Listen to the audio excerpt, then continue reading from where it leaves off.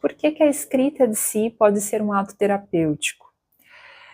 Quando a gente escreve sobre a nossa própria história, sobre as nossas memórias, as nossas lembranças, sobretudo aquelas que foram difíceis, né, de serem vividas, vivenciadas no momento, né, a gente passa por um processo de transferir, né, aquilo que está dentro de nós para o papel. No caso, pode ser papel, pode ser a tela do computador, porque às vezes a gente pode estar escrevendo à mão, que inclusive é ainda mais intenso esse ato, né, porque quando a gente escreve com a própria caligrafia, num papel, né, a gente coloca uma energia, parece que algo acontece ali, que a escrita se torna ainda mais intuitiva, ela vai de uma maneira um pouco mais natural do que digitando ali no computador, né.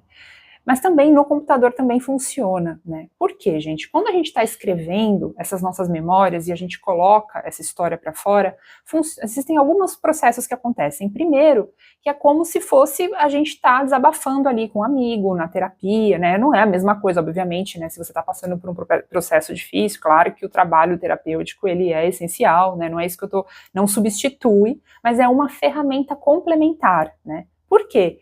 Porque serve como uma liberação também emocional. Então, às vezes a gente tem uma história, algo muito difícil, a gente vai lá e escreve sobre isso, parte daquilo que a gente está sentindo vai para fora, né?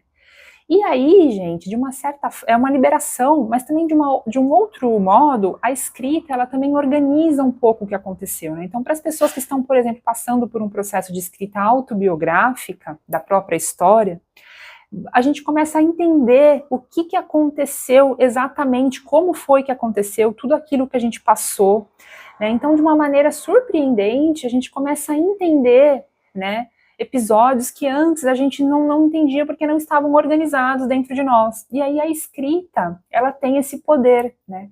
Por isso que ela acaba sendo terapêutica, curativa. E uma coisa muito legal que acontece também nessa escrita autobiográfica, às vezes uma memória mesmo, uma escrita livre, é que a gente pode ressignificar aquele acontecimento. A gente consegue olhar agora distante daquele momento que já passou, em perspectiva, a gente consegue ter, de repente, alguma percepção, falar, nossa, então isso aconteceu e olha como serviu para alguma outra mudança dentro de mim, né, uma transformação, ou uma liberação, uma cura, né, e aí a gente tem essa percepção e ressignifica aquela história que antes estava só guardada lá dentro. É por isso que a escrita, gente, também é terapêutica. Se você quiser, faz um teste, comece a escrever um pouquinho sobre você, para você ver como que funciona.